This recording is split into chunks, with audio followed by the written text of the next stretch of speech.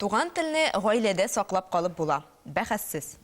Узган гасырның 44-нче елында Кырымда яшәүче кардәшләребезне туган нигездән куптарып алып, бөтенләй таныш булмаган җирләргә, кыр далаларга күчерәләр.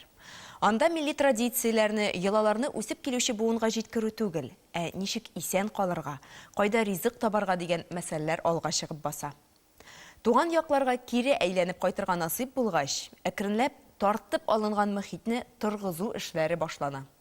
Әби-бабайлар телен, гореф-гадәтләрне кайтарырга ярдәм итү өчен Кырым-татар эшкуары милли радио һәм телевидение ача. Хезмәттәшләребез эшчәнлеге турында тулырак киләсе сюжетта.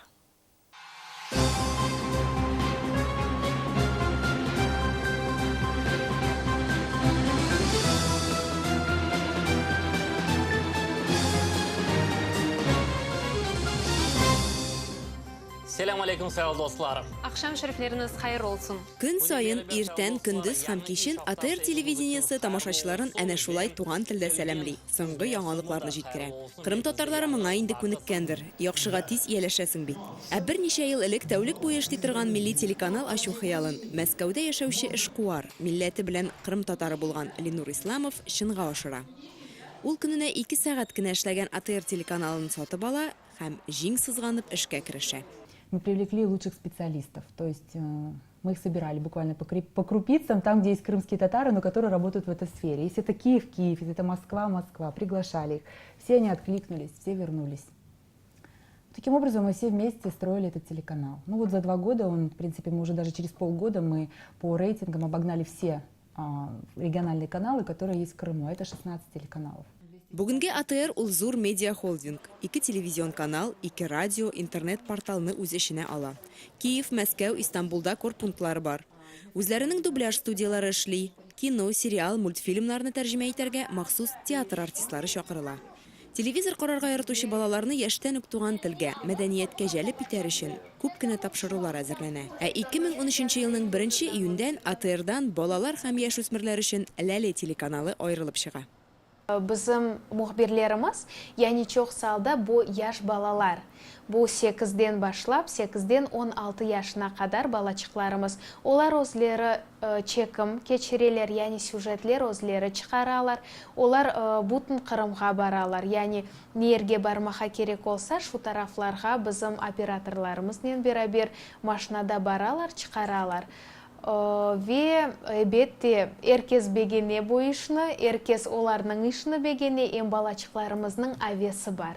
Avesi peyda ola hem de tilge, hem de icra etmege. Балалар Кырымның төрле җирләренә йөреп сюжетларда әзерли. Студиядә ашарга пешерергә дә өйрәнә. Merhaba sayılı dostlar, vakit şerifiniz hayırlı olsun. Siz aç oldunuz mu yok mu bilmiyoruz. Lakin galiba benim dostlarım aç oldular ve sizinle birlikte aş pişirmeye hazırmız. Ләле телеканалы әле бик яшь булса, холдингка кергән Мәйдан радиосы инде 8 ел эшли. Ул Кырым татар телендә сөйләүче бердән-бер FM радиостанциясе. Мы стремились, чтобы одновременно с функциями развлекательными эта радиостанция носила какие-то функции воспитательные и социальные. То есть это еще и есть некая функция, так скажем, служения обществу. Потому что только в эфире этой радиостанции в Крыму сегодня звучит крымско-татарский язык и песни крымско-татарских исполнителей. И это тоже стало таким, знаете, своего рода толчком для наших исполнителей, стало больше композиций. Заметно за эти годы вырос уровень аранжировок, качества. Наши исполнители стали больше уделять внимание словам, на которые они поют песни. Җырлардан кала сәгать сайын яңалыклар, төрле тематик рубрикалар, кызыклы кунаклар, юмористик тапшырулар да әзерләнә. Бер ара АТР телеканалында Кырым татар телендә клиплар җитми башлый. Һәм Мәйдан радиосы белән берлектә иң яхшы музыкаль клипка бәйге игълан ителә. Это создало ажиотаж очень неплохой, я должна сказать, и конкурс получился очень ярким, очень заметным. Все, кто говорил, что крымско-татарского шоу-бизнеса нет, они оказались неправы, потому что шоу-бизнес был во всей своей красе, со всеми плюсами и минусами. Проект получился очень громкий, но самое главное, выиграл зритель. Выиграл зритель, потому что на выходе мы получили порядка 20 клипов, которые сделали наши крымско-татарские исполнители.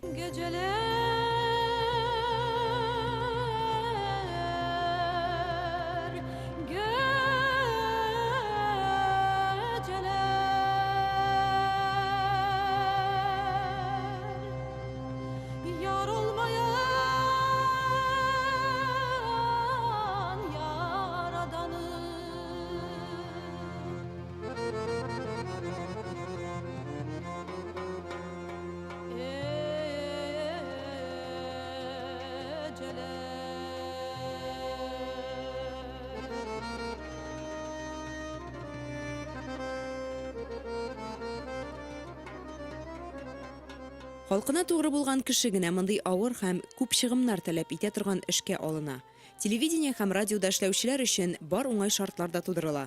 Заманча җиһазландырылган студия, ял итеп һәм тамак ялгап алыр өчен ашханә, вакытында намаз кылыр өчен аерым бүлмә. Шуңа күрә монда эшләүчеләр дә бар күңелләрен биреп, җан җылыларын салып тапшырулар әзерли. Бу үз чиратында, әлбәттә, тамашачыларның эчкерсез мәхәббәтенә китерә. Я думаю, что мы все-таки провели какую-то революцию определенную в нашей среде крымско-татарской. Мы, наверное, немножко, не немножко, мне кажется, очень сильно разбудили народ.